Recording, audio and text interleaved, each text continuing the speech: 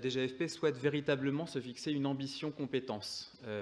Développer une fonction publique davantage tournée vers les compétences fait partie des objectifs qu'on souhaite promouvoir dans le cadre d'Action publique 2022 et d'une manière générale. Alors, tout d'abord, pourquoi c'est un chemin si long ? Du côté de la DGFP, ça fait plus d'une dizaine d'années, effectivement, qu'on se fixe une ambition dans ce domaine et qu'on souhaite promouvoir une démarche de plus grande gestion prévisionnelle des métiers et des compétences. Le répertoire interministériel des métiers de l'État date d'une démarche de 2006. Le dictionnaire des compétences que nous avons actualisé est également une démarche ancienne.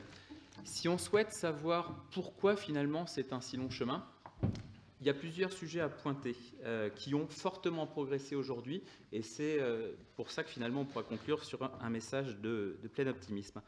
Il y a tout d'abord la question du poids de la gestion statutaire qui est d'autant plus fort qu'on est sur des grandes populations avec une gestion de masse, je pense par exemple au métier des enseignants, et qui font qu'il est plus difficile de sortir de la gestion statutaire qui permet d'affecter des enseignants dans chaque classe à chaque rentrée pour introduire progressivement une différenciation des logiciels selon le type de compétences développées par les individus. Deuxièmement, et ça a été rappelé en filigrane dans l'introduction, les outils se sont considérablement modernisés et c'est vrai que quand on a commencé à mettre la focale sur les dynamiques de GPEC au milieu des années 2000, on était un petit peu au Moyen-Âge du développement des SIRH et de ce qui permettait de faire. Depuis, on a considérablement progressé. Troisième sujet, et je voudrais insister là-dessus, j'y reviendrai dans les voies opérationnelles d'amélioration. Pour moi, c'est un des points fondamentaux. Développer une démarche complète de GPEC en rentrant ce qu'il faut rentrer dans les outils, en acculturant les managers, l'accompagnement, les agents, c'est une démarche extrêmement ambitieuse qui peut représenter un coût administratif, ne serait-ce que sur le fait de passer toute une chaîne de GRH dans ce type de logique. Et en fait, il ne faut absolument pas mésestimer ce coût, en tout cas l'ampleur de la transformation, parce que sinon, on fait fuir une partie de notre public cible et on n'arrive pas à emmener les expérimentations dans le bon sens. Derrière, je parlais d'acculturation, il y a toute une réflexion à avoir, et pour moi elle est fondamentale et même elle est première, sur les usages. Passer à une fonction publique de compétence, ça veut dire que le manager a un autre rôle, il est repositionné à côté de ses fonctions traditionnelles d'atteindre des résultats, de cohésion des équipes, d'innovation, on met de plus en plus avec ça. Il va avoir un rôle centré sur le développement et l'appui au développement des compétences des collaborateurs. Ça pose la question également pour l'agent de rentrer dans des logiques de plus grande individualisation des carrières et diversification des parcours. Donc, une fois qu'on a vu qu'il ne fallait pas mésestimer l'ampleur de ces difficultés, on peut essayer de se projeter sur ce qu'on arriverait à faire en 5 ou 10 ans dans ce domaine. Donc effectivement, là c'est assez classique ce que je vais dire. Les buts qu'on se fixe dans ce domaine d'une manière générale, c'est d'abord un but de pilotage pour les employeurs, d'arriver à identifier donc les métiers émergents, les compétences critiques, les métiers en déclin. Mais derrière, il y a toute une réflexion qui peut être d'abord centrée sur l'employeur, mais qui tourne aussi vers l'agent, sur les passerelles, sur les transitions, des petites transitions professionnelles pour aller sur des métiers connexes, pas très loin. Le droit à la seconde carrière, rappelez-vous, dans la loi de 2003 sur la réforme des retraites, il y avait une pétition de principe, le droit à la seconde carrière des enseignants. Je crois que personne n'a vraiment essayé de traiter ce sujet face au poids numérique que ça représentait. Et également, pour les agents, la possibilité de changer de métier, y compris quand on est enraciné dans un territoire, de pouvoir diversifier sa palette de mobilité sur un territoire donné. Derrière, il y a toute une notion d'identifier donc les compétences requises par les agents, les compétences requises des postes et de mesurer les écarts. Donc c'est véritablement toute une démarche de GPEC qu'il s'agit de construire. J'en viens à un troisième temps sur les raisons d'espérer et donc sur le motif de l'optimisme. Il y en a un certain nombre. La première, c'est que les outils et la réflexion sur la méthode ont considérablement progressé depuis une dizaine d'années. Sur les outils, la montée en gamme des systèmes d'information relatifs aux ressources humaines a été assez considérable. Aujourd'hui, je prends l'exemple de Renoir, donc le SIRH interministériel commun à un certain nombre de ministères, qui va progressivement s'appliquer dans 5 d'entre eux, mais c'est bien évidemment vrai d'autres SIRH. Je pense que Philippe Hello vous parlera de ceux de la Défense un peu plus tard. Aujourd'hui, il n'y a plus de problème d'outils.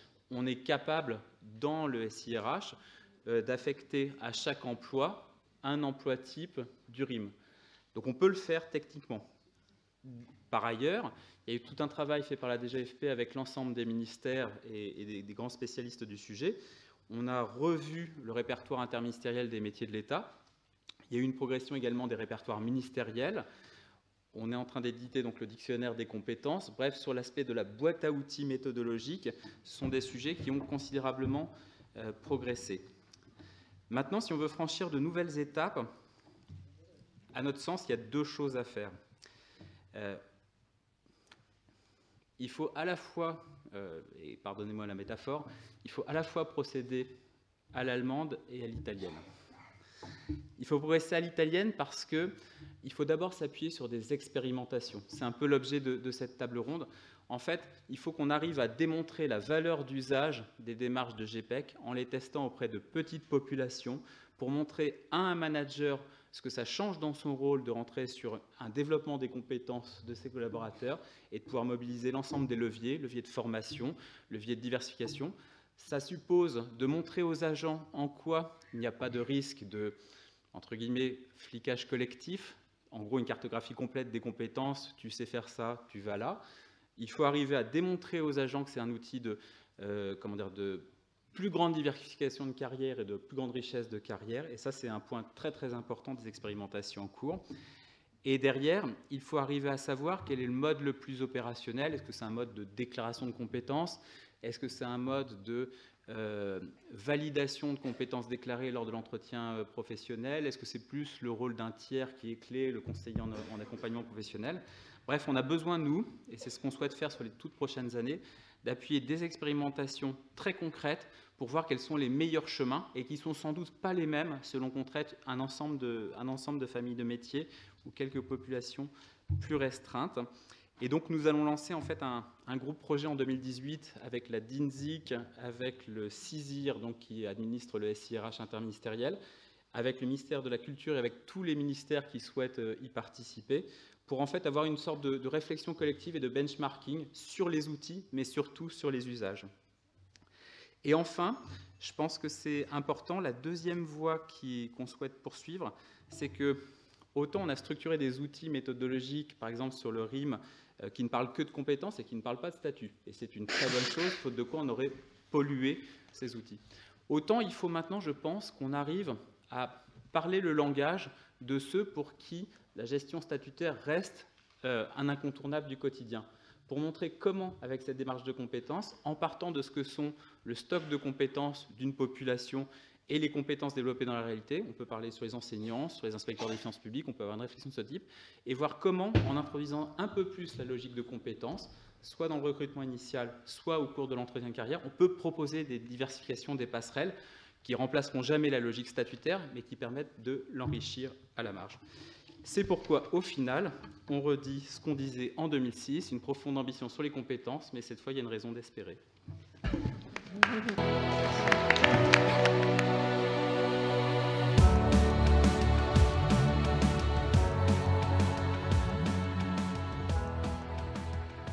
Bonjour à toutes et à tous. Je suis très honoré d'intervenir devant ce parterre interministériel pour parler un petit peu des spécificités de notre ministère qui a toujours tendance à se singulariser, mais pour des raisons qui, je l'espère, je vous le montrerai, sont assez claires. Chez nous, en fait, les choses sont relativement simples. Les militaires aiment la simplicité, donc tout part des missions. Et donc, pour avoir de l'ordre de 30 000 hommes répartis entre le théâtre national et les opérations extérieures, pratiquement quotidiennement, dans les 3 dimensions, air, terre, mer, mais aussi dans la 4e dimension de plus en plus du cyberespace, eh bien, nous avons besoin de chaînes de compétences extrêmement robustes, exhaustives, pour commander, soutenir, qualifier préparer aux opérations, puis régénérer tous ces personnels, éventuellement aussi, parce que nous sommes dans une logique de modèle à flux, leur faire une transition professionnelle vers d'autres métiers où ils pourront capitaliser les compétences plus ou moins acquises chez nous.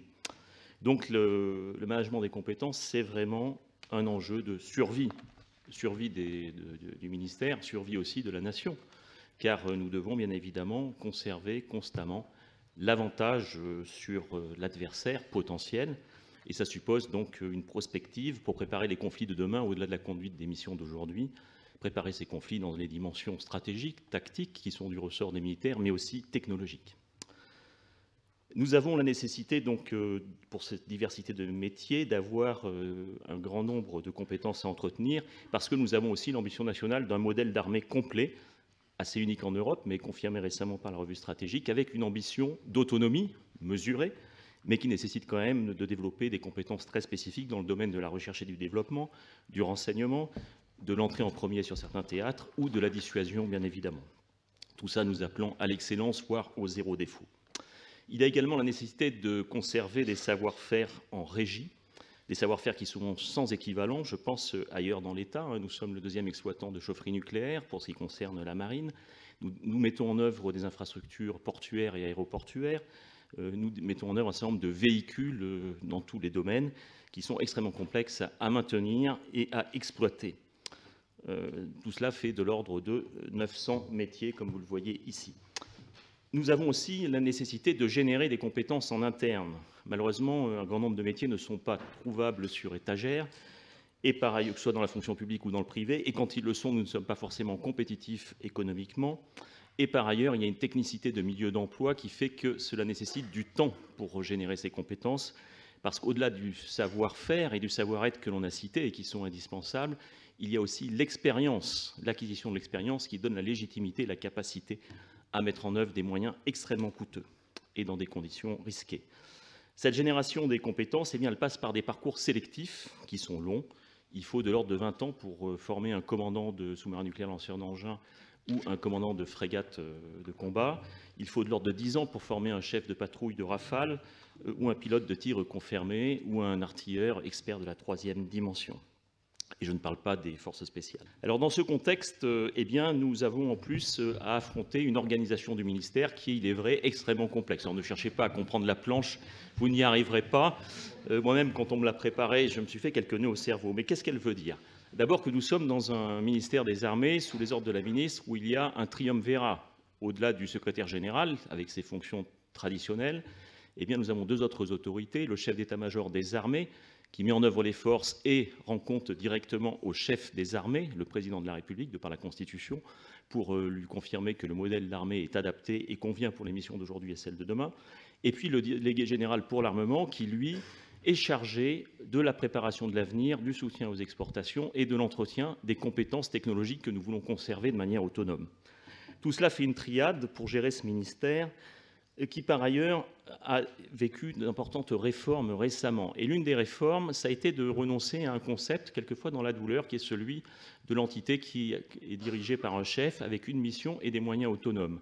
Aujourd'hui, on est passé dans une logique de métier qui explique cette complexité matricielle que vous avez sur cette planche, avec deux catégories de population, des employeurs, qui sont grosso modo les armées, les directions centrales, qui sont rattachées aux trois autorités que je citais, et puis également les pourvoyeurs, les gestionnaires, qui sont des experts RH de corps, de statut, en général subordonnés par métier aux pourvoyeurs que je citais. Et donc il y a un dialogue à organiser entre 21 employeurs du ministère et 13 gestionnaires qui doivent abonder la ressource pour les différents employeurs. Et pour animer ce dialogue, c'est mon instance, la Direction des ressources humaines du ministère de la Défense, qui dispose d'une autorité fonctionnelle dite renforcée, afin d'assurer le pilotage ministériel de l'ensemble et le dialogue de gestion quasi quotidien. Troisième facteur de complexité, une culture du ministère de l'anticipation, et vous avez bien compris pourquoi, avec une approche pluriannuelle, avec une loi de programmation militaire, un livre blanc, une revue stratégique récemment, tout cela pour faciliter la modélisation des besoins RH, mais ça nécessite des réactualisations qui sont permanentes. Et malheureusement, ces réactualisations, sous contrainte budgétaire, amènent à revoir profondément les modèles. Et ce qui m'amène au quatrième facteur de complexité, qui est celui de cette manœuvre des ressources humaines soumise aux soubresauts économiques et stratégiques, qui, depuis la professionnalisation, nous ont amenés à déflater profondément, et cela a continué jusqu'aux années 2015-2016, vous le savez, avec une inversion de paradigme stratégique, notamment sur le territoire national. Mais pour autant, nous avons également conduit des transformations. Et tout cela fait que c'est une gageure, dans ce contexte, de générer et de préserver des compétences de haute technicité, qui sont souvent très recherchées par le privé, et puis par ailleurs, de continuer à identifier, fidéliser des cadres de talent qui peuvent avoir envie de s'évader d'une institution qui déflate en permanence. Donc ce sont de challenges qui nous interrogent en permanence, qui ont trait à des conditions de recrutement, d'attractivité et de fidélisation. Et c'est bien tout le rôle de cette DRHMD, qui est un énorme opérateur de 4000 personnes, avec des services de paye, de pension, d'action sociale et de transition professionnelle, que de gérer tout cela en concevant les politiques interministérielles, en pilotant les effectifs, la masse salariale, l'organisation des employeurs et cette gestion prévisionnelle des ressources humaines au travers du domaine des compétences. Alors si j'en viens maintenant aux outils, le premier des outils, on a parlé tout à l'heure de dictionnaire des compétences et de référentiels, eh bien dans le ministère nous avions 7 référentiels, nous n'avons plus qu'un, le référentiel des emplois ministériels, qui globalement a regroupé tous nos métiers en 32 familles professionnelles, de l'ordre de 150 filières professionnelles à l'intérieur de ces familles, 1500 emplois type défense, ce sont des emplois qui sont décrits en termes de niveau fonctionnel de responsabilité et de compétences, à la maille de ce qui est le référentiel interministériel. Et ça nous permet donc, pour les métiers qui sont communs, de parler un langage qui est compréhensible de l'interministériel. Et puis, à notre niveau, 7000 emplois type REM, donc c'est le cercle du bas, où là on va avoir une description assez fine des métiers du ministère, mais il peut y avoir bien évidemment une description encore plus fine qui est celle des postes, des individus sur ces postes. Et tout cela donc est regroupé dans une espèce de pieuvre tentaculaire qui effectivement passe par des systèmes d'information. Elle présente l'avantage de couvrir à la fois le ministère des Armées et la gendarmerie, puisque nous avons une famille professionnelle sécurité publique. Elle permet de couvrir l'administration générale, mais aussi l'aide à la décision, et donc les dirigeants. Elle est finalement un langage qui n'est pas encore complètement unique, mais qui est un langage commun. C'est bien l'anglais des compétences pour le ministère, avec un dictionnaire dédié, alors qu'il faut savoir parler dans les deux langues, de l'employeur vers le gestionnaire expert et de l'expert de GPEC vers l'employeur ministériel, avec un système d'information dédié. Et c'est une langue qui est vivante. Nous actualisons ce référentiel des emplois ministériels tous les 2 ans en fonction du retour d'expérience de nos employeurs et gestionnaires sur les difficultés qu'ils peuvent rencontrer à l'appliquer. Alors ce référentiel ministériel, ensuite, nous l'injectons dans des systèmes d'information à plusieurs niveaux.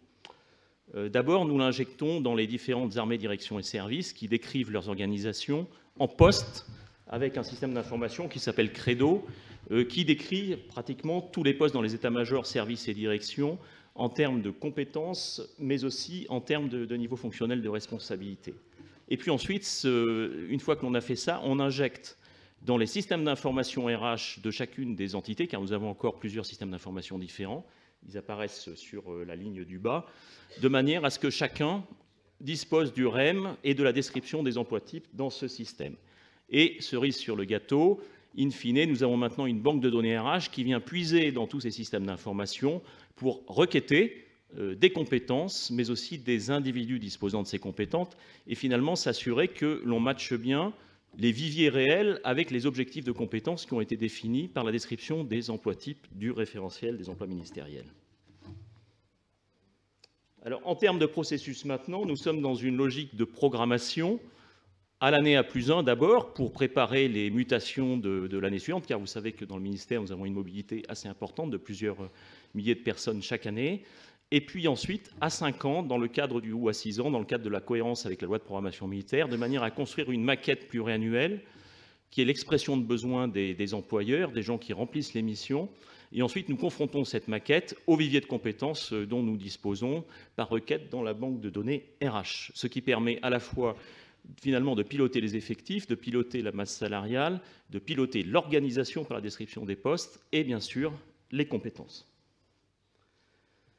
Alors tout cela passe aussi par, j'ai parlé de pilotage, par une comitologie assez lourde que nous essayons d'appliquer de manière, je dirais, pragmatique, mais qui est finalement sur 4 axes importants. Le premier de ces axes, c'est l'axe de l'emploi, des compétences et des parcours professionnels. Le second, c'est celui de la formation qui permet d'atteindre les compétences. Le troisième, c'est celui de l'organisation qui permet de remplir les missions. Et le quatrième, celui du pilotage budgétaire et effectif, des effectifs autorisés. La DRHMD assurant la synthèse de tout cela. Et tout cela est regardé comment? Sous le prisme de familles professionnelles qui permettent de juger de la nature de nos difficultés de manière focalisée et ciblée afin d'éviter de tout traiter simultanément, ce qui serait complètement irréaliste. Perspectives et axes de progrès pour notre démarche. La première, c'est que nous continuons à faire ce travail d'appropriation de ce langage du référentiel des emplois ministériels, car il faut vaincre un certain nombre de freins culturels au sein des différentes armées, directions et services. Il faut aussi trouver une juste granularité, car chaque entité est tentée de toujours considérer que son métier est très spécifique. Et donc, un acheteur de la délégation générale pour l'armement nous dira souvent, pour de bonnes raisons, que le métier d'acheter des chars et des avions, ça n'est pas celui d'acheter des gommes et des crayons. Cette réalité un peu caricaturale n'est pas toujours exacte, et donc il y a un réel besoin de travailler sur la granularité des informations pour limiter le nombre de paramètres. D'autre part, il s'agit d'articuler cette GPRH au niveau ministériel, vous l'avez compris, de la direction des ressources humaines, avec les GPEC de métiers, qui sont celles des armées, de la DGA par exemple. Et là, en ce domaine, nous nous recentrons sur trois principaux axes. Le premier, c'est les compétences stratégiques. Qu'est-ce qu'une compétence stratégique? Eh bien, c'est une compétence, par exemple, dans le ministère de la Défense, en matière de renseignement, de cyberdéfense, et vous comprendrez aisément pourquoi. Les compétences qui sont transversales, on les a citées, ce sont pour nous principalement les compétences interministérielles que l'on va retrouver dans les autres ministères, et puis les compétences en tension que l'on va aller cibler par des audits, des revues d'effectifs, pour essayer de prendre des actions correctrices.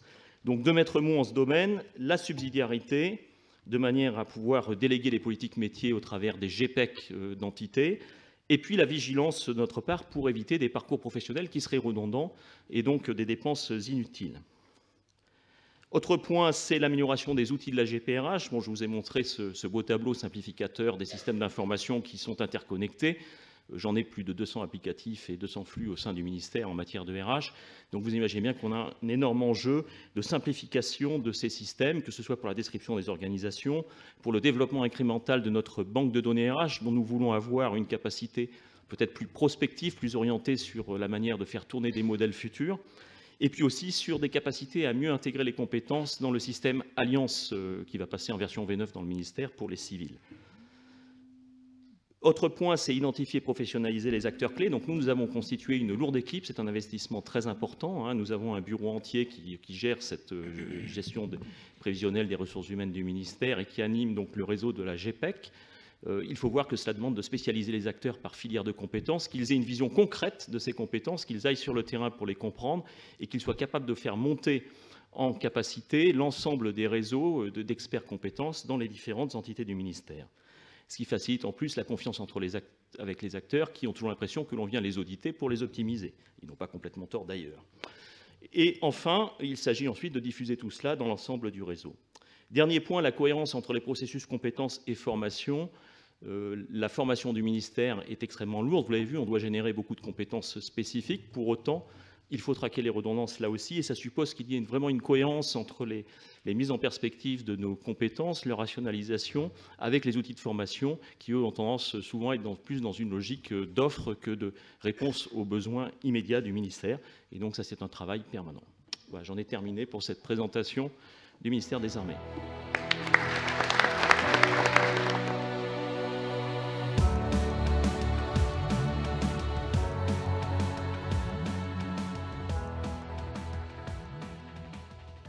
Bonjour à toutes et à tous. D'abord, je suis chef de service donc à la DRH, fonction support de deux ministères, très exactement, le ministère de la Transition écologique et solidaire et également le ministère de la Cohésion des territoires. Alors, je pense que si la DGFP m'a invité, et je l'en remercie, c'est effectivement pour vous donner quelques espoirs dans les chances de succès d'un management des compétences. Et en tout cas, voilà, c'est notre antériorité dans ces domaines qui va fonder mon propos. Alors, tout d'abord, effectivement, le management des compétences, c'est un axe très important dans la stratégie des ressources humaines de nos ministères. Et ça, parce que ce sont des ministères qui ont été soumis à de très profondes transformations. Alors, 2004, le ministère de l'Équipement, 120 000 agents. Aujourd'hui, ministère de la Transition écologique et solidaire et ministère de la Cohésion des territoires, 40 000 agents, plus 25 000 agents chez les opérateurs. Donc, qu'est-ce qui s'est passé depuis? Il y a eu des transferts vers les collectivités territoriales, il y a eu la réforme de l'administration territoriale, il y a eu des suppressions d'emplois. Bon, tout cela, ce sont quand même des chocs pour les ministères. Ça implique aussi, évidemment, un besoin et une inquiétude quant au maintien des compétences internes dans le ministère, même si ces fonctions évoluent. Et puis, nous voyons devant nous aussi un profond renouvellement des générations qui va intervenir. La moyenne d'âge progresse. La médiane est à peu près à 49 ans. Et par endroits, nous allons avoir des renouvellements sur le territoire dans les 5-10 ans, parfois des 2/3 des personnels. C'est très variable selon les territoires. Et puis, les missions du ministère ont bien sûr beaucoup évolué. Vous savez que nous avons en charge les politiques en matière de climat, de transition énergétique, de préservation de la biodiversité, mais aussi, et toutes ces politiques sont de plus en plus interconnectées, les politiques relatives au logement, au transport maritime, ferroviaire, et puis des routes. Nous avons aussi l'urbanisme, la prévention des risques. Donc, toutes des politiques qui évoluent beaucoup aussi. Évidemment, vous savez que tout ce qui concerne l'énergie et le climat est en profonde mutation et qu'il y a de nouveaux enjeux et donc des besoins très profonds de renouvellement des compétences. Donc tout cela s'est traduit par l'inscription du management des compétences, du développement, du maintien du développement des compétences dans les axes stratégiques RH. Et plus particulièrement, au cours de la dernière période, nous avons une feuille de route compétences formation qui a été élaborée au niveau ministériel, qui récapitule les priorités. Et c'est bien une feuille de route compétences formation, hein, j'insiste dessus, ce n'est pas une feuille de route simplement formation. Je crois que les termes ont leur valeur. C'est important d'élargir et de parler de feuille de route compétences formation. Donc les axes principaux, les acteurs et l'offre qui peut être mise en face. Et nous allons retravailler d'ailleurs sur un renouvellement sur cette feuille de route. Je crois que le retour d'expérience, c'est toujours qu'il faut, quand on fait les premiers exercices, on essaye de balayer très large. Et maintenant, nous allons plutôt aller dans le sens d'une priorisation et d'une lisibilité accrue de cette politique. Alors, voilà, donc... axe stratégique important. Heureusement, nous avons pu, donc, moi je suis arrivée il y a 6 mois et j'ai constaté qu'il y avait vraiment des outils assez formidables qui avaient été mis en place depuis des années dans ces ministères. Par exemple, dans les années 2000, alors ceux qui sont réfléchis encore plus anciens se souviennent du rapport Valmont des années 90, hein, qui avait fait date à l'époque. C'était un grand DRH du ministère de l'Équipement. Je vois que Thierry opine, il a sans doute connu aussi le rapport Valmont, enfin, on a ça dans les tablettes. Et donc, à l'époque, c'était très, très modernisateur dans le domaine des ressources humaines. Et dans les années 2000, tout ça s'est prolongé, y compris sur le terrain. Et par exemple, dans nos ministères, le coaching est quelque chose qui est très pratique et qui est d'ailleurs piloté un peu en dehors de la DRH, au service du pilotage et de l'évolution des services, mais c'était vraiment conçu comme un outil d'accompagnement depuis longtemps dans les transformations. Le CODEV est aussi, ce sont des pratiques anciennes dans nos ministères. Toutes sortes d'outils ont déjà été expérimentés depuis assez longtemps. Et puis, c'est le deuxième point de ma présentation, nous pouvons nous appuyer sur un réseau d'acteurs RH professionnalisés qui est déployé sur le terrain. C'est-à-dire qu'au niveau central, pour porter des politiques de développement des compétences, nous avons bien sûr la DRH qui travaille en lien avec le SPES, donc le service pilotage évolution des services, l'IFOR par exemple, mais nous avons surtout un réseau assez formidable, et d'ailleurs il y a des représentants dans la salle, qui sont les centres de valorisation des ressources humaines, 10 centres et un centre de ressources, le CEDIP. D'ailleurs, j'en profite pour dire que le CEDIP a un site internet avec des fiches de synthèse, et puisque je pense que un certain nombre d'entre vous sont à la recherche de documentation et d'outils aussi, vous pouvez aller consulter sur le CEDIP toute une série de fiches de synthèse extrêmement utiles, notamment dans tous ces domaines de gestion des compétences. Donc ce réseau de 10 CVRH est là pour appuyer les services territoriaux dans la démarche de management des compétences. Alors, concrètement, quels sont les types d'actions qui sont menées? D'abord, ils aident à établir des plans régionaux de développement des compétences, parce qu'il faut quand même des outils stratégiques. Certes, ce sont encore des documents, on est encore pour l'instant dans des préconisations, on n'est pas encore dans la mise en œuvre. Néanmoins, il faut passer forcément par ce type de phase d'état des lieux, de quoi on a besoin, et d'une manière collective, et quels sont les leviers pour mettre en place les réponses aux besoins qu'on a constatés. Alors, à ce jour, nous avons 8 plans régionaux de développement des compétences qui ont été élaborés. Quand je me suis rendue sur le terrain, dans des comités d'orientation des CVRH, certains DREAL d'ailleurs m'ont parlé avec beaucoup de fierté de leur plan régional de développement des compétences, parce que souvent constituer ce type de document par une démarche participative, en soi, c'est déjà faire un bout du chemin. C'est-à-dire que collectivement, un groupe projet réfléchisse à de quoi avons-nous besoin dans nos compétences de demain, c'est déjà commencer à travailler le sujet et c'est commencer presque dans la mise en œuvre. C'est déjà se projeter, hein. C'est déjà se professionnaliser, prendre conscience de ce que c'est qu'une compétence et c'est le début du chemin. Et effectivement, quand au bout de quelques mois, ils ont terminé leur PRDC, là, c'est le grand bonheur. Pas simplement d'avoir établi un document, mais c'est aussi d'avoir fait un projet de ce type-là et d'avoir touché quelque chose qui leur paraît assez essentiel dans le domaine de la gestion des ressources humaines. Donc, premier document important, le PRDC. Deuxième élément, les CVRH et la sous-direction de la DRH qui travaille sur le sujet de formation, travaillent sur des parcours de professionnalisation.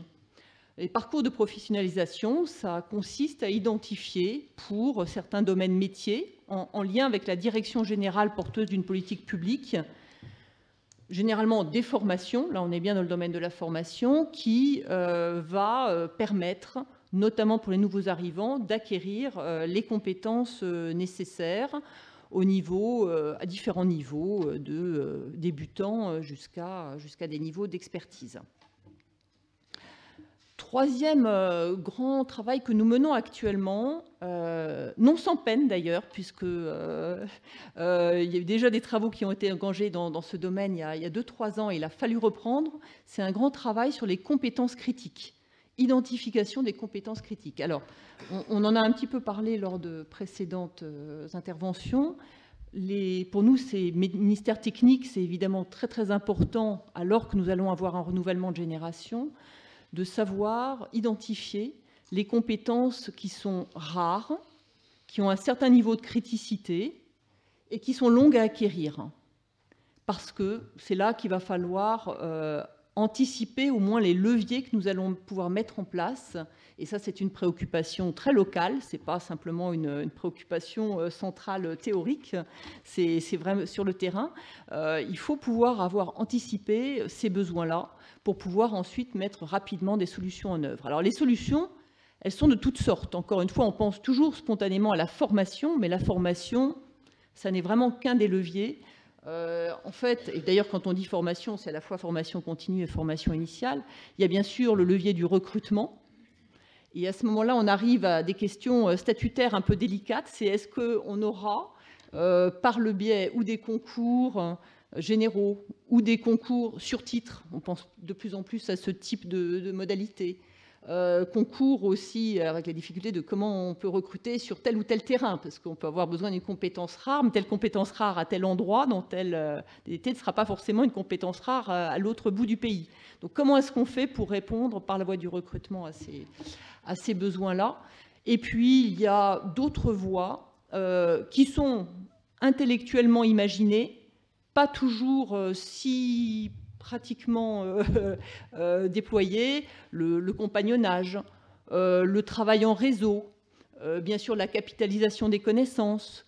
Voilà, il y a beaucoup en fait de leviers qui sont, et puis des leviers organisationnels aussi, hein, qui sont tous passés en revue face à chaque compétence critique pour se poser la question de comment est-ce que je pourrais demain manager les connaissances qui vont potentiellement pouvoir me manquer.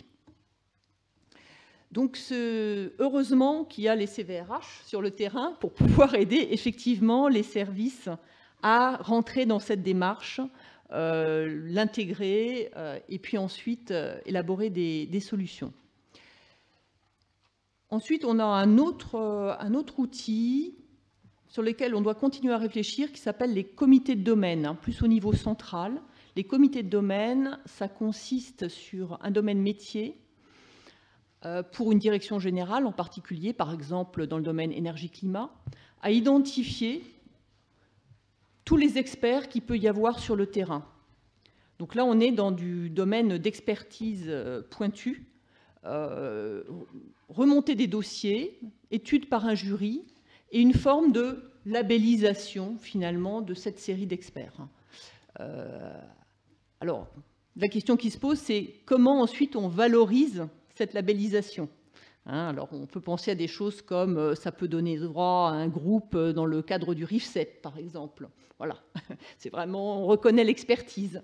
Voilà, on essaye de trouver des leviers de ce type-là, mais déjà repérer, identifier des experts, leur donner finalement cette reconnaissance aussi par un comité central, c'est aussi une voie qui peut être intéressante et à creuser. Alors, à ce stade de nos travaux, donc, il faut toujours remettre ces chantiers sur le métier, mais on sent qu'il y a une véritable dynamique qui s'est mise en place dans toutes les directions régionales qui ont contribué à ce plan régional de développement des compétences. Ce qu'on voit beaucoup remonter à travers ces plans régionaux, c'est un besoin assez convergent de développement des compétences managériales des collaborateurs. C'est-à-dire que si on veut, certes, l'agent est acteur de son parcours professionnel. Il y a des acteurs RH aussi qui peuvent aider à donner des conseils aux agents, aux services. Mais il y a un troisième partenaire, si je peux dire, qui est le manager de proximité, toute la chaîne hiérarchique. Et là, cette chaîne hiérarchique, on a besoin absolument de continuer à la professionnaliser.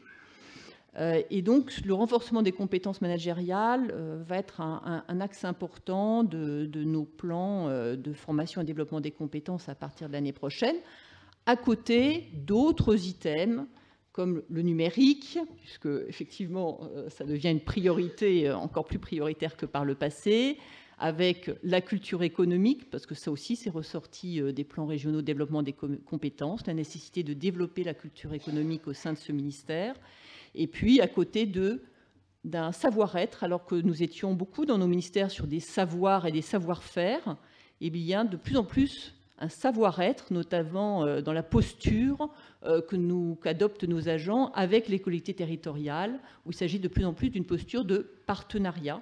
Et là, ça change un peu la manière dont l'État se positionne par rapport aux collectivités territoriales. Donc j'en reviens aux compétences managériales.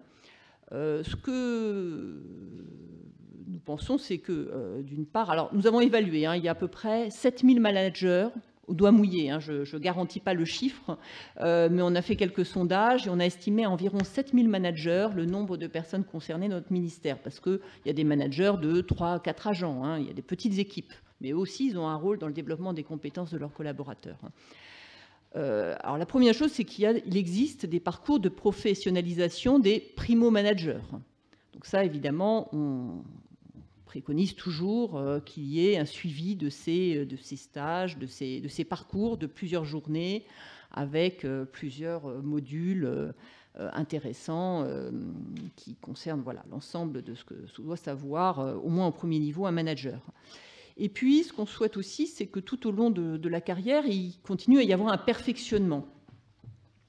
Et donc, dans le lancement de la campagne d'entretien professionnel de cette année, la secrétaire générale souhaite qu'on demande qu'à l'occasion de chaque entretien sur la partie formation, il y ait un dialogue entre un manager qui encadre un autre manager, et donc le manager qui l'encadre, sur au moins une action qu'il serait amené à entreprendre au cours de l'année 2018 pour se professionnaliser en matière managériale. Alors quand on dit une action, ce n'est pas forcément une action de formation. D'ailleurs, notre capacité à accueillir tous les managers en formation pour une action, ça serait un petit peu compliqué. Hein. Comme je vous ai dit, 7000 managers, c'est beaucoup. Mais une action, ça peut être participer à un colloque qui porte sur le management, participer à une action de codev, voilà, participer à un échange entre pairs, ou, bien sûr, participer à une formation. Mais le faire au moins une fois. Voilà. Ça, c'est ce qu'on souhaiterait. Et puis qu'ensuite, il y ait une sorte de cercle vertueux qui s'engage. Voilà. Alors, en conclusion, ce que je dirais, c'est que ça reste plus que jamais un axe stratégique pour nos ministères, ce management des compétences pour nos ministères qui sont techniques. Et puis, dans la perspective, évidemment, d'Action publique 2022, qui va engendrer un certain nombre de transformations. Et ça reste un enjeu donc à deux niveaux. À un niveau très macro, très général, je vous ai dit, il faut une politique en la matière, et puis aussi à un niveau très micro. C'est-à-dire que chaque manager doit intégrer ce besoin de développer les compétences de ses collaborateurs.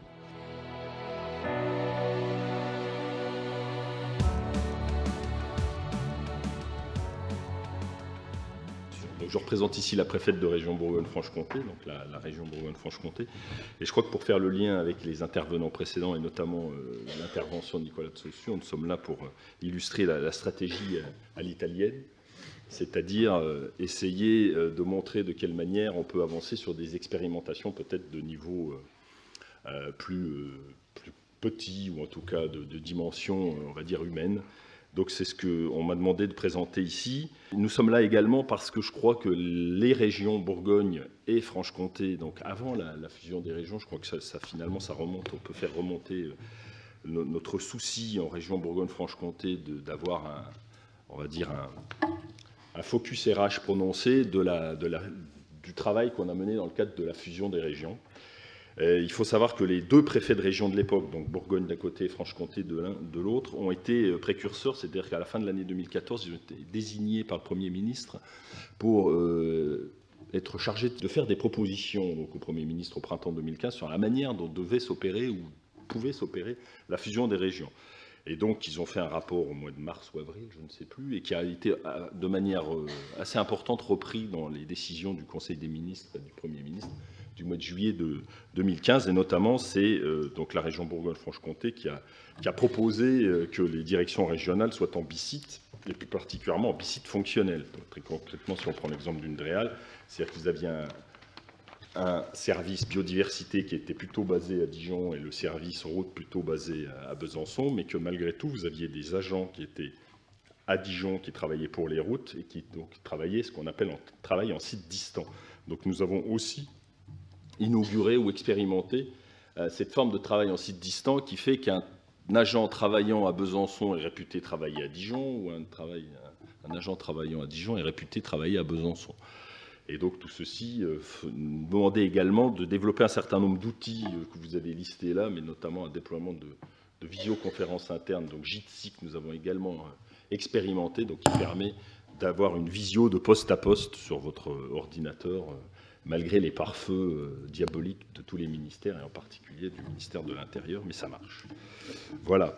Donc nous avons développé tout ceci, et nous avons également développé, donc là c'est peut-être pour illustrer ce que disait Madame Hameçon tout à l'heure, c'est qu'on s'est rendu compte que pour faire du management par les compétences, il fallait aussi faire finalement du management des cadres, et on a fait donc commencer par faire du management à distance. Donc, parce qu'on avait le travail en site distant, donc on s'est dit qu'il fallait qu'on forme les agents à faire du management à distance. Donc, on a fait une formation fin 2015, début 2016 sur le management à distance. Donc, il y a 300 personnes en Bourgogne-Franche-Comté qui ont suivi cette formation management à distance. Et bon, donc finalement, le management à distance, on s'aperçoit que ça commence à 10 ou 20 mètres, finalement, donc c'est du management, quoi, globalement. Et donc, on s'est aperçu effectivement qu'il fallait que l'on puisse faire des formations management de manière beaucoup plus importante. Donc là, on a engagé un cycle de management dès l'année 2016, donc le premier cycle management des cadres, qui a regroupé 25 cadres, et qui donc était composé d'un certain nombre de modules, mais qui étaient des modules qui avaient aussi, donc des modules de management qui avaient de forts liens avec le management des compétences. Donc ce premier cycle a remporté un très grand succès. Donc nous avons fait un partenariat notamment avec le CVRH de Mâcon et l'IRA de Lyon, qui nous ont beaucoup aidé sur le sujet. Donc ça a tellement été un succès qu'on a fait un deuxième cycle. Et puis nous allons arriver à un troisième cycle qui est prévu en 2018. Nous avons également, dans le troisième cycle et dans le deuxième cycle, incorporé ce qu'on appelle des matinales du management. Donc on organise donc un certain nombre de matinales, donc régulièrement, 4 à 5 fois par an, un peu plus, qui permettent à tous les managers, mais là on ouvre toute fonction publique, on n'est plus simplement dans la fonction publique d'État, on essaye d'avoir des agents de la fonction publique hospitalière, et puis également des agents de la fonction publique territoriale, et donc qui sont sur systématiquement des thématiques managériales nouvelles. Vous voyez là sur la diapo, management et bienveillance. Innovation et numérique, c'est vraiment très important quand on sait que effectivement on est assez tributaire des outils quand on essaye de manager, surtout quand on manage à distance. Bon, manager par le sens intelligence émotionnelle, je passe sur les sujets, mais bon, on essaie également de définir des politiques un peu innovantes sur le sujet. Et puis j'en viens donc au projet plus particulièrement donc lié au sujet du jour, donc le management par les compétences. Alors avant de parler de ce e-portfolio, je vais faire un petit résumé des autres projets que nous avons en région. Donc nous sommes portés candidats au fonds d'innovation RH qui a été initié par la DGAFP, et donc nous avons été retenus pour 3 projets. Alors le premier projet qui a été retenu, enfin celui dont je vais parler en premier, c'est le kit numérique d'intégration des nouveaux arrivants, donc qui est piloté par l'Adréal. Donc le Bourgogne-Franche-Comté, c'est une petite région parmi les nouvelles grandes. C'est pas une région très peuplée, c'est une région assez rurale. Et donc on s'est aperçu qu'on avait à la fois beaucoup de mal à attirer des nouveaux talents, et que les nouveaux talents qui arrivaient étaient un peu désemparés d'arriver dans la région, n'étaient pas toujours très fidèles, c'est-à-dire qu'ils c'était souvent des sorties d'école qui repartaient assez vite. Donc on s'est dit qu'un kit d'intégration pour essayer de les chouchouter un peu quand ils arrivent, faire des immersions, les faire participer à un codir, des échanges entre pairs, du co-développement, essayer de les faire rencontrer d'autres services, notamment les DDI, ça pouvait peut-être participer à la fidélisation que l'on voulait reproduire. Donc on est en train de monter ce kit numérique d'intégration des nouveaux arrivants. Sympa, c'est un système, donc c'est système de management partagé. Alors ça, c'est un outil qui est né de séances de co-développement que j'ai eues avec les 5 directeurs régionaux, donc le DIREC, le DREAL, le DRAC, le DRAF et le DRJSCS, plus le SGAR. Donc nous étions ensemble. C'est vraiment né de la fusion où on était tous à essayer de bâtir nos services respectifs et on se demandait comment faire pour y arriver. Et donc on s'est posé beaucoup de questions sur le management de nos services, et donc on est arrivé à lister 94 questions sur 5 domaines. Donc des questions sur la stratégie d'un service, sur l'organisation, sur le management, sur les ressources et sur les ressources techniques et logistiques. Et donc ça consiste à se poser un certain nombre de questions qui vous amènent à réfléchir sur l'organisation de votre propre service, ou sur la stratégie de votre service, sur le sens que vous avez, ou sur le management que vous avez. Donc vous posez les bonnes questions, et puis vous dites, ah bah oui, ça je le fais pas, ça je le fais pas, ça je le fais pas, ah ça je le fais quand même. Et donc on se positionne, et bon, donc il va bientôt être en ligne, d'ici à la fin de l'année, c'est-à-dire la semaine prochaine, normalement, il devrait être en ligne et accessible et diffusable potentiellement à tous. Et donc j'en viens au dernier sujet, qui est le portefeuille des compétences. Donc là, c'est une action que nous avons menée avec la DRAF et puis également l'Adréal. Bon, le portefeuille des compétences, c'est d'essayer, donc sur un nombre réduit d'agents, Donc les agents du SGAR, ce sera une cinquantaine d'agents, les agents de la DRAF, c'est 200 à peu près. Donc c'est à une échelle qui est quand même assez réduite. Et donc c'est d'essayer d'identifier pour chaque agent les compétences qu'il peut détenir en propre, et puis ensuite d'essayer d'avoir une gestion des ressources humaines en fonction de ses compétences, et qui soit un peu indépendante du statut, comme il était dit tout à l'heure. Donc nous n'en sommes qu'au début, hein, il n'est pas encore opérationnel. Mais ce dont on s'est aperçu, c'est qu'il fallait que l'on puisse acculturer le maximum de gens à la thématique du management par les compétences. Et donc nous avons édité cette petite plaquette, donc j'en ai un certain nombre là que je pourrais peut-être distribuer, mais malheureusement il n'y en aura pas pour tout le monde, mais on pourra les diffuser de manière électronique. Donc on s'est aperçu qu'il fallait une acculturation, et donc avant de lancer des outils, il faut communiquer et acculturer à la fois les agents et les managers. Donc nous avons organisé cette plaquette et puis un colloque Parlons compétences tous gagnants, donc qui a eu lieu il n'y a pas très longtemps avec un certain nombre d'intervenants extérieurs. Donc on est bien tous gagnants. L'idée, c'est que les agents, d'essayer de persuader que les agents sont gagnants à un management des compétences, parce que ça leur ouvre des perspectives et des parcours professionnels qui sont adéquats, ou en tout cas qui sont en fonction de leurs compétences. Et puis ça facilite également la vie des managers, puisque si on manage par les compétences, généralement on s'entoure des gens qui sont compétents pour faire ce qu'on leur demande de faire. Donc généralement le service fonctionne. Et puis c'est aussi bon pour l'administration en général, puisque les objectifs qui lui sont assignés sont normalement rendus ou atteints. Voilà, donc nous avons effectué ce forum. Bon, il y a un certain nombre de messages clés. Donc il y avait un professeur, le Boterf, qui a défini ce qu'étaient selon lui les compétences. Et nous avons donc quelqu'un de l'ANACT qui est intervenu. Bon, je passe assez rapidement, peut-être que c'est... Et il y avait quelqu'un du groupe de la Poste également qui était assez intéressant, parce qu'il nous avait fait part de son expérience. Donc, ils ont essayé de développer l'équivalent d'un portefeuille des compétences, mais ce n'était pas complètement satisfaisant, parce qu'il s'est rendu compte justement, c'était qu'il fallait préparer le terrain, parce que avoir l'outil numérique de portefeuille des compétences, si les agents ne s'en emparent pas et ne sont pas volontaires pour déclarer leurs compétences dans cet outil, et si les managers ne s'en servent pas, on a un bel outil qui ne sert pas à grand-chose. Donc son expérience était véritablement intéressante pour cela.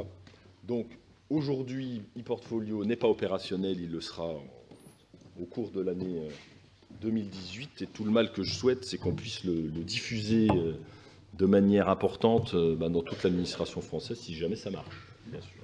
Voilà, merci. Merci beaucoup. Si vous voulez, oui.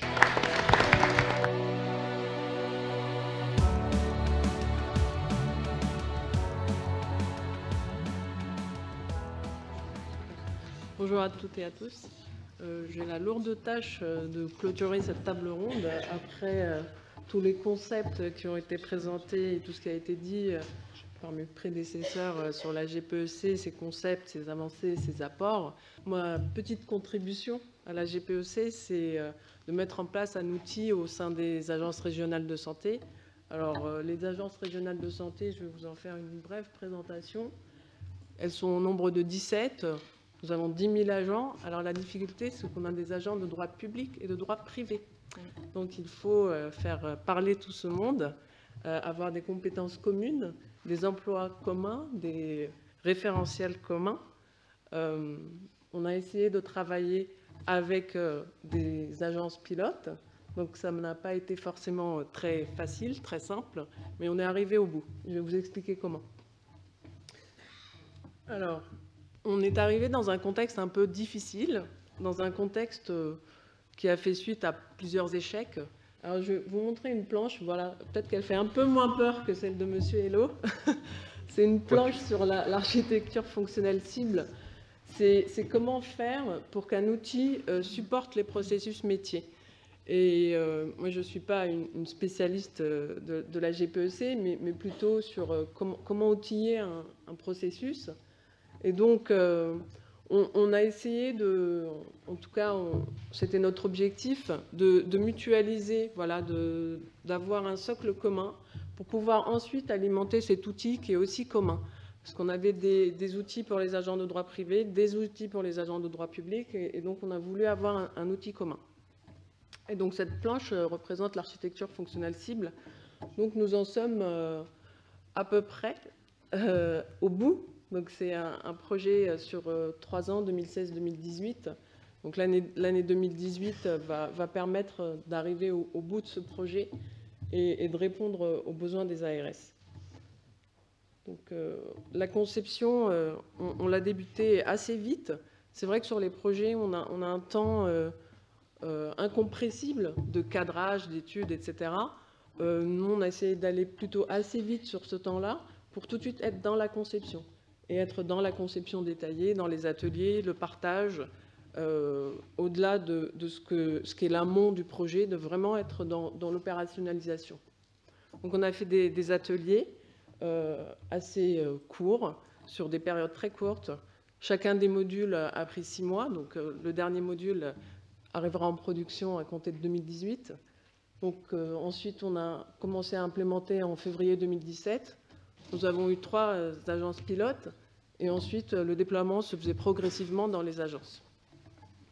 Donc l'objectif, c'était quand même d'arriver à fluidifier et faciliter tout ce qui est GPEC, voilà, dans un contexte. Je vais vous le montrer là. Voilà. Donc voilà la solution. Donc la solution qui s'appelle Solar, solution RH des ARS. Donc nous avons 4 modules, le module évaluation, le module formation, le module GPEC et le module recrutement. Donc on voit bien que tous ces éléments sont interopérables et on l'a vu avec la GPEC, vous l'avez dit tout à l'heure, que la GPEC ce n'est pas uniquement la gestion de la compétence, mais c'est de la gestion de la compétence dans un tout. Et donc nous avons travaillé sur ces 4 modules. On a commencé par le plus simple, en tout cas celui qui nous paraissait le plus simple, c'était l'évaluation. Mais pour pouvoir évaluer, on a besoin des compétences, évidemment. Donc on a travaillé sur le référentiel des compétences qui existait. Hein. Je vois le bureau du ministère qui est là-bas. Donc on a travaillé sur ce référentiel des compétences. Et sur des fiches emploi-repères. Pourquoi des fiches emploi-repères? Parce que ces fiches-là, elles permettent d'être sur quelque chose de plus précis qu'un emploi type. Donc on a essayé d'aller à un niveau un peu plus fin que l'emploi type. Voilà comment on voit que ces éléments, ces 4 éléments sont interopérables. Et donc l'objectif, encore une fois, c'était de se dire que la GPEC, ce n'est pas seulement la gestion de la compétence, la gestion des emplois types, c'était aussi gérer l'humain, gérer chaque agent au sein d'un tout. Ça a été assez rapide, on l'a fait en 6 mois. Donc les déploiements vont bientôt arriver dans l'ensemble des agences. Il y en a 17, 4 en Outre-mer. Donc on va déployer petit à petit. Donc en conclusion, je vais faire assez vite, c'est que les résultats vont arriver fin 2018, courant 2019. Ils vont permettre de fédérer dans les processus, comme dans l'organisation, et comme dans un outillage commun. Ils vont permettre de fluidifier et faciliter les prises de décision. Et ils vont permettre aussi de conduire le changement dans un contexte de moyens humains et financiers assez contraints, qu'on connaît un peu tous, et que l'outil va être là pas seulement pour prendre de l'information, mais pour permettre aussi à l'agent de donner de l'information sur lui, pour faire en sorte que les agents soient acteurs de leur parcours, qu'ils aient la possibilité de déclarer leurs compétences, et qu'ils ne soient pas forcément liés à une fonction qu'ils occupent à un instant T, mais de voir comment ils peuvent progresser dans leur parcours. Voilà. Il s'agit aussi de ne pas imposer l'outil, parce que ça, c'est quelque chose qu'on fait assez régulièrement. On impose l'outil plutôt qu'on accompagne. Donc, on a essayé d'accompagner, d'expliquer pourquoi il faut qu'on passe de fichiers Excel, de fichiers Word à un outil. Voilà. Merci beaucoup.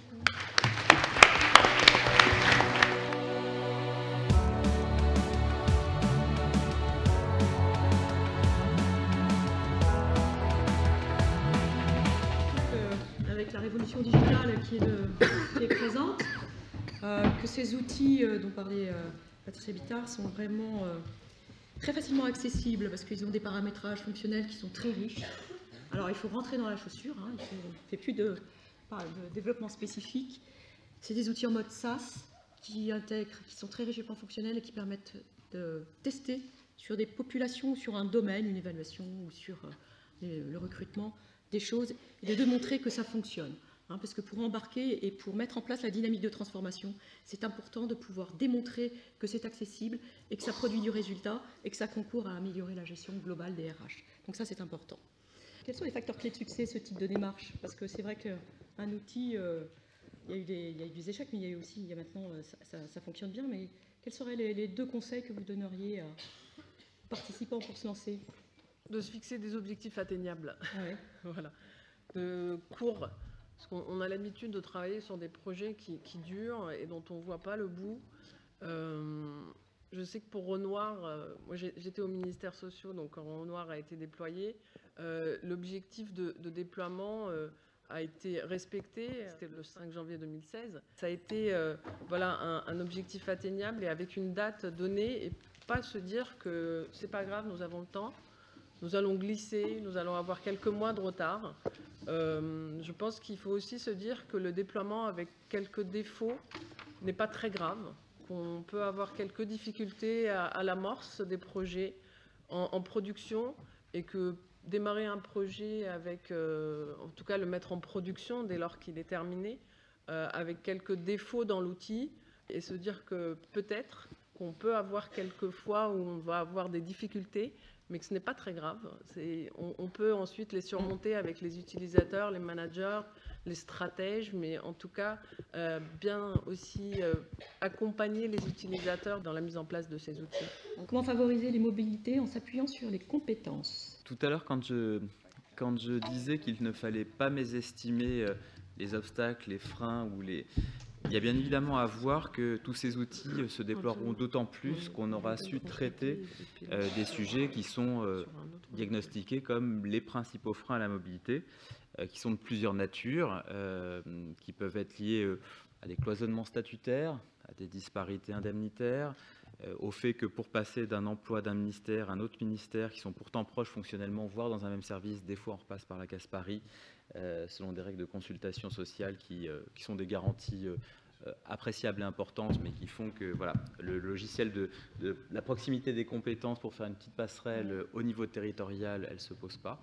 Donc, ce que je veux dire, c'est que dans le cas, nous, des réflexions sur l'évolution de la fonction publique, on a des réflexions sur des évolutions qui peuvent permettre de traiter une partie de ces freins à la mobilité et que toutes les fois qu'on arrivera à le faire, on arrivera à remettre le logiciel de compétences. Je prends un exemple, quelque chose qui nous ferait un petit peu rêver, c'est d'arriver à transposer une expérimentation, par exemple, comme celle qui a été faite par La Poste.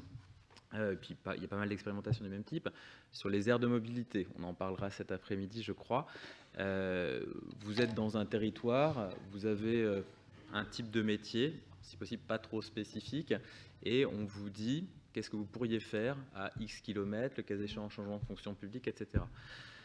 C'est un peu une vue de l'esprit dans le système statutaire aujourd'hui, mais le but est de travailler à la fois sur de la modernisation des règles statutaires et sur le développement des logiciels de compétences, parce que les deux se répondent.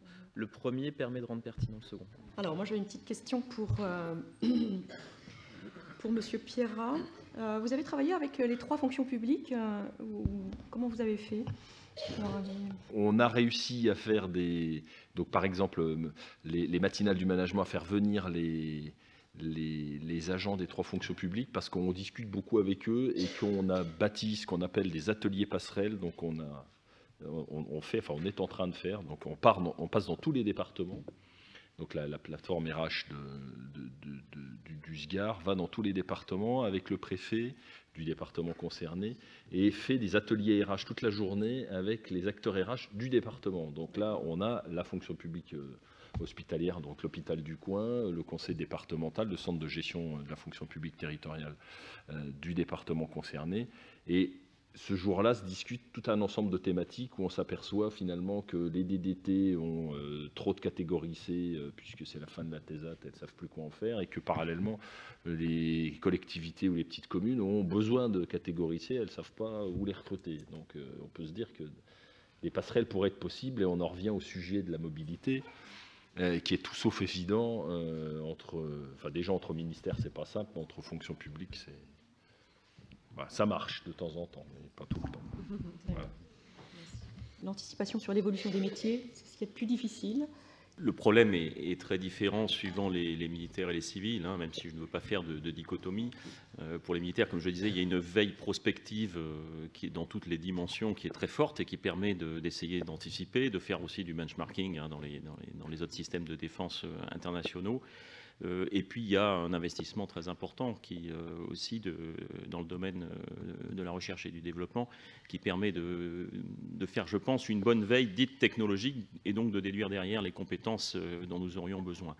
Sur le personnel civil, je crois que le vrai enjeu, nous en avons 60 000 hein, dans le ministère, c'est pour détecter les nouvelles compétences. Bon, on n'a pas de boule de cristal, on est sur des métiers qui sont plutôt en transformation, mais dont la finalité reste, je pense, assez stable.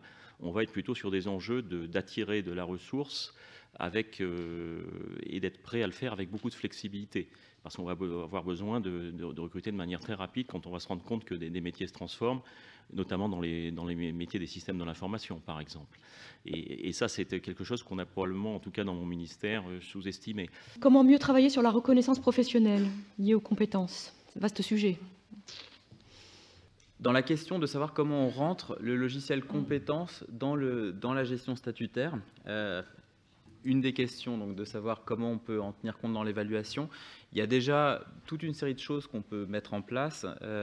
Par exemple, il y a beaucoup d'écoles de services publics qui sont en train de tester l'idée d'avoir un filtre compétences à l'entrée dans la formation pour voir un interne, un externe, etc., quel type de profil un petit peu différent ils peuvent avoir développé. Du coup, quelle personnalisation de la formation on peut mettre en place.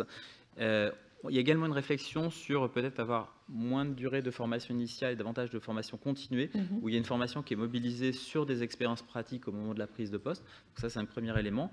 Ensuite, sur le fait de pouvoir avoir une prise en compte de la compétence dans l'évaluation, je pense qu'il faudra un moment qu'on se repose la question de l'évolution du rituel de l'entretien de formation, au-delà de ce qu'il est juridiquement. Par exemple, Anne disait positionner les managers sur le développement des compétences. Moi, je crois beaucoup effectivement à dire que finalement, le rôle des managers, c'est faire cohésion, atteindre les résultats, innover, donc penser comment faire autrement, et bien évidemment développer les compétences des collaborateurs.